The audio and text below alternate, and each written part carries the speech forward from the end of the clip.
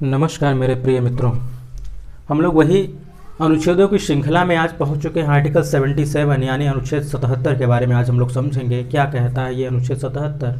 जैसा कि हम लोग इससे पहले जो है अनुच्छेद 1 से लगा करके 76 तक यानी 76 तक बातें कर लिए हैं। आज हम लोग 77 पे बात करेंगे कि इसमें क्या प्रोविज़न है, क्या बातें कही गई हैं, इसके समरी के बारे में हम लोग समझेंगे और इसको विस्तार रूप में भी समझेंगे। पहले हम लोग समझते हैं ये बातें क्या कह रहा है। अनुच्छेद 77 यानी भारत सरकार के कार्य का संचालन। भारत सरकार से क्या तात्पर्य होगा, यानी जो केंद्र की सरकार होगी। जो राज्य की सरकार होती है उसे राज्य की सरकार कहते हैं, जो केंद्र की सरकार होती है उसे भारत की सरकार बोलते हैं, यानी भारत सरकार बोलते हैं। ठीक, जैसा कि आप पॉलिटी में पढ़ेंगे, पॉलिटी में आपको राज्य शब्द आएगा। सरकार के लिए क्या शब्द इस्तेमाल किया था, राज्य। तो राज्य से मतलब ये किसी स्टेट गवर्नमेंट की बात नहीं हो रही है, पूरे सरकार की यानी भारत सरकार की बात हो रही है। ठीक, तो आइए अब हम लोग समझते हैं क्या बात है। भारत सरकार की समस्त कार्यपालिकी कार्यवाही राष्ट्रपति के नाम से की हुई कही जाएगी। इसका मतलब क्या हुआ, इसका तात्पर्य यह है कि जितने भी भारत सरकार के द्वारा कार्यपालिकीय कार्य होंगे, जैसे कि जो उनके मंत्रीगण करेंगे, जो स्वयं मंत्रिपरिषद करेगी, वो सारे के सारे कार्य किसके नाम से समझे जाएंगे या फिर किसके द्वारा समझे जाएंगे या फिर किसके नाम से समझे जाएंगे, तो वो प्रेसिडेंट के नाम से समझे जाएंगे। ठीक, यानी कि कोई भी कार्य की जाएगी जो कार्यपालिकीय होगी, उसमें सारे के सारे कार्य क्या होंगे, वो राष्ट्रपति के नाम से की हुई मानी जाएंगी। जैसे राष्ट्रपति के नाम से क्या होता है कि आर्टिकल 51 में आप पढ़े होंगे कि किसी भी देश से अगर समझौता करना होता है तो वो समझौता तो प्रधानमंत्री जी जाके करते हैं, लेकिन नाम से किसके होता है, राष्ट्रपति जी के। ये ऐसे ही यहाँ पर भी हो रहा है कि कोई भी कार्यपालिकी कार्य होगी, यानी जितने नेता होंगे, प्रधानमंत्री होंगे, उनके जितने मंत्रीगण होंगे, जो भी कार्य करेंगे वो सारे क्या होंगे, वो ये समझे जाएंगे कि वो राष्ट्रपति के नाम से की हुई मानी जाएगी। ठीक, राष्ट्रपति के नाम से किए गए और निष्पादित आदेशों का मतलब क्या होगा, और लिखितों की ऐसी स्थिति में अधिक प्रमाणित किया जाएगा जो राष्ट्रपति द्वारा बनाए जाने वाले नियमों विनिर्दिष्ट की जाए। इस प्रकार के अधिक प्रमाणित आदेश या लिखित विधिमान्यता इस आधार पर प्रश्नगत नहीं की जाएगी कि वह राष्ट्रपति द्वारा किया गया है या नहीं किया गया है। यहाँ से तात्पर्य है कि कोई भी नियम कानून अगर लागू होता है, कोई भी नियम कानून, कोई विधेयक पारित होता है, तो सारे के सारे जो बनते हैं, सारे कानून जो बनते हैं, जो विधेयक पारित होते हैं, कोई प्रस्ताव पारित होता है, कोई अधिनियम आता है, वो सारे के सारे को ये समझा जाता है, सारे के सारे को क्या समझा जाता है कि ये सब राष्ट्रपति के नाम से ही हुआ है या राष्ट्रपति के द्वारा हुआ है। इस पर कभी प्रश्न नहीं उठाया जाएगा किसी भी आधार पर, चाहे वो प्रमाणित के रूप में हो, चाहे वो विधि के रूप में हो, ठीक, किसी आदेश के रूप में हो, या फिर कहीं लिखित की बात की जाए कि हाँ ऐसा संविधान में ये लिखा गया है, लेकिन ये राष्ट्रपति के द्वारा नहीं है, लेकिन उसे राष्ट्रपति के द्वारा ही माना जाएगा।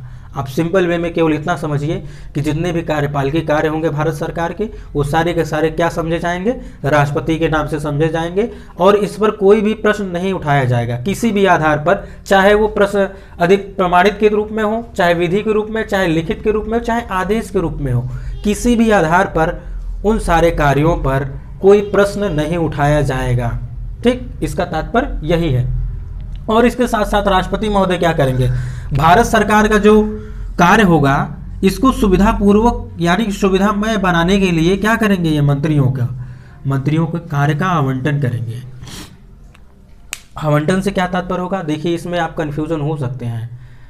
मंत्रियों का जो नियुक्ति होती है या फिर शपथ जो दिलाया जाता है वो राष्ट्रपति के द्वारा ही दिलाया जाता है, वो केंद्र की बात हम लोग कर रहे हैं। ठीक, राज्य की बात नहीं कर रहे हैं। राज्य में अगर हम लोग बात करेंगे तो वो राज्यपाल के साथ आ जाएगा।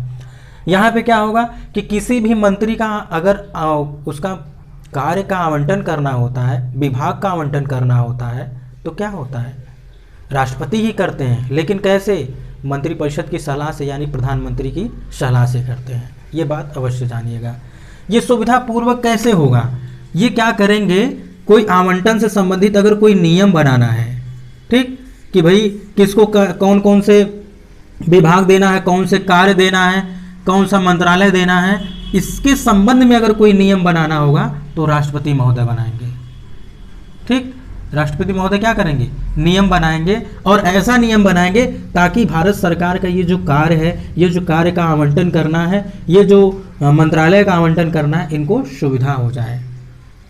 और ये भी बात जानिएगा, ये आवंटन का कार्य राष्ट्रपति महोदय करते हैं, लेकिन प्रधानमंत्री की सलाह पे, ठीक, आप इस बात को कभी मत भूलिएगा कि जितने भी कार्यपालिकी कार्य हों, विधायी कार्य हों, ठीक, ये सारे के सारे क्या होते हैं, मंत्रिपरिषद की सलाह पे ही करते हैं। लेकिन कुछ इनको स्वविवेकाधिकार भी होता है, विशेषाधिकार होता है, जिस पे हम लोग आगे जब राज्य व्यवस्था के बारे में हम लोग चर्चा करेंगे, भारतीय राज्य व्यवस्था की जब हम लोग श्रृंखला स्टार्ट करेंगे, प्रारंभ करेंगे, तो उसमें हम लोग ये भी समझेंगे कि इसके विशेषाधिकार क्या है और इसके स्वविवेकाधिकार क्या है, हम लोग इसके बारे में समझेंगे। तो मित्रों आज के लिए बस इतना ही।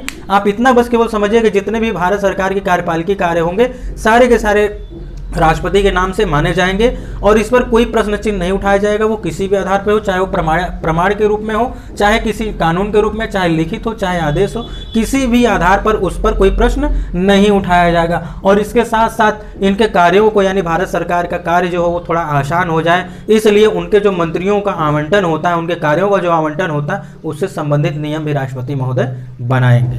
ठीक, तो ये हो गया आर्टिकल 77, जो कि बहुत ही देख रहे हैं कितने कठिन शब्दों का इस्तेमाल किया गया है हमारे अनुच्छेद के अंतर्गत, क्या प्रावधान है, मैंने आपको सरल भाषा में समझाया है। ये एक टीचर का ही कार्य होता है कि अपने स्टूडेंट, अपने अभ्यर्थियों, अपने मित्रों को क्या करे, वो सहजता दे और आसानी से बातें समझ में आए। 77 क्या कहा, हम लोग इसके बारे में बात कर लिए।